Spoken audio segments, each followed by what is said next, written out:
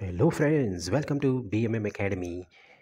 మీరు ఈ ఛానల్ మొదటిసారి చూస్తున్నట్టయితే సబ్స్క్రైబ్ చేసుకోండి ఫ్రెండ్స్. ఈ వీడియోలో మనము ఇంకొక ముఖ్యమైన పర్సనాలిటీ డెవలప్మెంట్ బుక్కు సంబంధించిన సమరీని తెలుసుకుందాం. Flow, the psychology of optimal experience.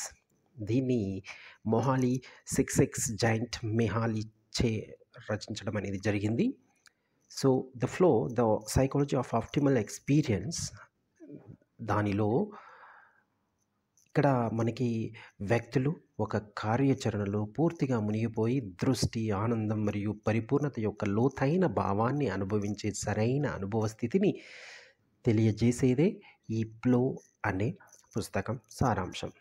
ఇక మనము ఇక్కడ ఈ బుక్లో ముఖ్యంగా మొహాలీ అండ్ అతని అనుచరులు కండక్ట్ చేసిన విస్తృతమైన పరిశోధన ఆధారంగా ఈ పుస్తకం యొక్క అనుభవాలను, మానసిక అలాగే అనుభవపూర్వక అంశాలను గురించి రాయడం అనేది జరిగింది. దీనిలో ముఖ్యంగా మనము గమనించినప్పుడు క్యారెక్టరిస్టిక్స్ అంటే లక్షణాలు, ట్రిగర్స్ అండ్ ఇంప్లికేషన్స్, మానవ ఆనందం, శ్రేయస్సు కోసం కలిసే ఇంప్లికేషన్స్ని పరీక్షించడం అనేది గమనించవచ్చు.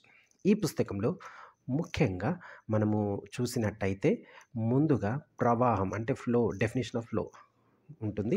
దీనిలో మొహాలీ అనేది ఒక కార్యాచరణతో పూర్తి శోషణ స్థితిగా ప్రవాహం ఫ్లో అనేది నిర్వహిస్తుంది. ఇక్కడ వ్యక్తులు చాలా దృష్టి కేంద్రీకరిస్తారు. వారు సమయం మరియు స్వీయ స్పృహను కోల్పోతారు.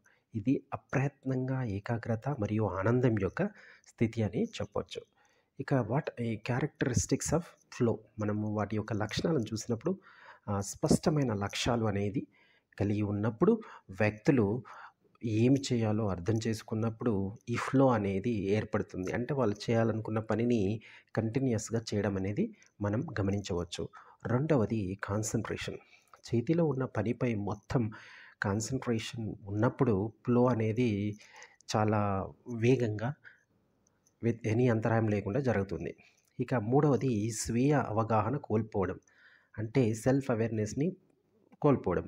ఇక్కడ ప్రవాహ స్థితిలో అంటే ఫ్లో స్టేట్లో ఇండివిజువల్స్ ఏమవుతారు, తమ స్వంత ఉనికి గురించి అవగాహన కోల్పోయేంత నిమగ్నమై ఉంటారు. అంటే వారు పనిలో నిమగ్నమై ఉండడం వలన స్వీయ అవేర్నెస్ అనేది కోల్పోవడం జరుగుతుంది. ఇక టైమ్లెస్నెస్, సమయం యొక్క అనుభవం మార్చబడింది మరియు సమయం ఎగురుతున్నట్లు లేదా నిశ్చలంగా ఉన్నట్లు వ్యక్తులు భావించవచ్చు. వాళ్ళు పనిలో ఉన్నప్పుడు టైం ఏం పోతున్నట్టు లేదంటే అక్కడాగే ఉన్నట్టుగా వాళ్ళు భావించడానికి అవకాశం ఉంటుంది. ఇక అంతర్గత ప్రేరణ, ప్రవాహం తరచుగా అంతర్గతంగా లాభదాయకమైన కార్యకలాపాలతో ముడిపడి ఉంటుంది. కాబట్టి వాటిని చేయడంలో ఆనందం కోసం వాళ్ళు ఫ్లోని వెతుక్కుంటారు. అంటే ఇది ఇంట్రిన్సిక్ మోటివేషన్ అని మనం చెప్పొచ్చు. అయితే what are the conditions for flow? ఇక్కడ క్లియర్ గోల్స్ మరియు ఫీడ్బ్యాక్ వచ్చినప్పుడు, లక్ష్యాలపై స్పష్టమైన అవగాహన కలిగి ఉండి వారి పనితీరుకు కలిగిన తక్షణ అభిప్రాయాన్ని పొందడం అనేది చాలా కీలకం, ముఖ్యం. ఇక ఛాలెంజ్ మరియు స్కిల్ మధ్య బ్యాలెన్స్ ఎలా చేయడం, ఒక యాక్టివిటీ యొక్క ఛాలెంజ్ స్థాయి అలాగే వ్యక్తి యొక్క నైపుణ్య స్థాయికి సరిపోలినప్పుడు ఫ్లో ఏర్పడుతుంది. రెండు ఒకేలా ఉన్నప్పుడు ఫ్లో అనేది ఏర్పడుతుంది. చాలా కష్టం లేదా చాలా సులభం కూడా ఉండవచ్చు. చర్య మరియు ఇక్కడ మర్జింగ్ యాక్షన్ అండ్ అవేర్నెస్, అంటే అవగాహన మరియు యాక్షన్, చర్య మరియు అవగాహన యొక్క విలీనం అతుకులు లేని మరియు గ్రహించిన అనుభవానికి దోహదం చేస్తుందని మనం చెప్పవచ్చు. ఇక అటోటెలిక్ పర్సనాలిటీ. మొహాలీ అటోటెలిక్ పర్సనాలిటీ అనే భావనను పరిచయం చేసింది. ఇది కేవలం బాహ్య బహుమతులపై ఆధారపడకుండా ప్రక్రియలో స్వాభావిక సంతృప్తిని వారి సొంత ప్రయోజనాలకు కోసం సహజంగా కార్యకలాపాలను వెతకడానికి ఇష్టపడే వ్యక్తులను సూచిస్తుంది. ఇక అప్లికేషన్స్ మన వివిధ డొమైన్స్లో ఏ విధంగా ఉంటుంది అన్నప్పుడు, పని, విశ్రాంతి, క్రీడలు మరియు రిలేషన్స్తో సహజీవితంలోని వివిధ అంశాలకు ఫ్లో భావనను ఎలా అనుభవించుకోవచ్చో ఈ పుస్తకం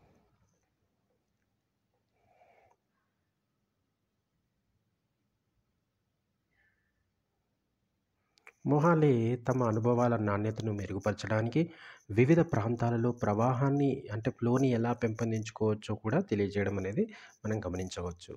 ఇక ప్రవాహం అనేది మనం నెగిటివ్ చూసినప్పుడు ప్రవాహం అనేది ఫ్లో అనేది సాధారణంగా సానుకూల అనుభవాలతో ముడిపడి ఉన్నప్పటికీ, ఇది ఎల్లప్పుడూ సర్వరోగ నివారణి కాదని పుస్తకం అంగీకరించడం జరుగుతుంది. ప్రవాహాన్ని దుర్వినియోగం చేసే లేదా ప్రతికూల ఫలితాలకు దారితీసే సందర్భాలను కూడా ఈ పుస్తకంలో చర్చించడం జరిగింది.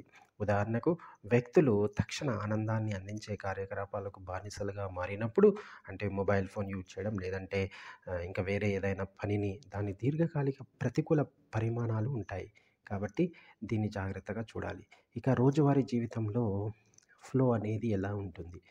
సో, వ్యక్తులు వారి రోజువారీ జీవితంలో ప్రవాహాన్ని అంటే ఫ్లోని ఎలా పెంపొందించుకోవచ్చో, అలాగే సవాళ్ళు మరియు నైపుణ్యం మధ్య సరైన సమతుల్యతను కనుగొనడం, అలాగే స్పష్టమైన లక్ష్యాలను ఏర్పరచుకోవడం మరియు ప్రస్తుత క్షణం పైన దృష్టి పెట్టడం, అంటే ఈ క్షణం పైన దృష్టి పెట్టడం వంటి వాటికి ప్రాముఖ్యతను ఇవ్వడం వలన ఆచరణాత్మక సలహాలను కూడా మనకి ఈ బుక్‌లో పొందుపరచడం అనేది గమనించవచ్చు.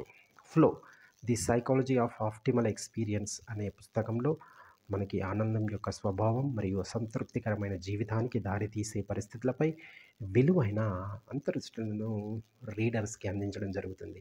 ఇది సానుకూల మనస్తత్వ శాస్త్రంలో ఒక ప్రాథమిక పనిగా మిగిలిపోయింది అని చెప్పవచ్చు. శ్రేయస్సు, ప్రేరణ మరియు అర్థవంతమైన ఉనికిని కొనసాగించడంపై చర్చలను ప్రభావితం చేస్తుంది అని కూడా మనము చెప్పవచ్చు. ఈ పుస్తకాన్ని మీరు ఇంతకుముందే చదివినట్టయితే మీ అభిప్రాయాన్ని కామెంట్‌లో పెట్టండి. మీకు వీడియో నచ్చినట్టయితే లైక్ చేయడం మర్చిపోకండి. అలాగే మీ ఫ్రెండ్స్‌తో కూడా షేర్ చేయండి. Thank you for watching. Subscribe BMM Academy for more academic and educational videos.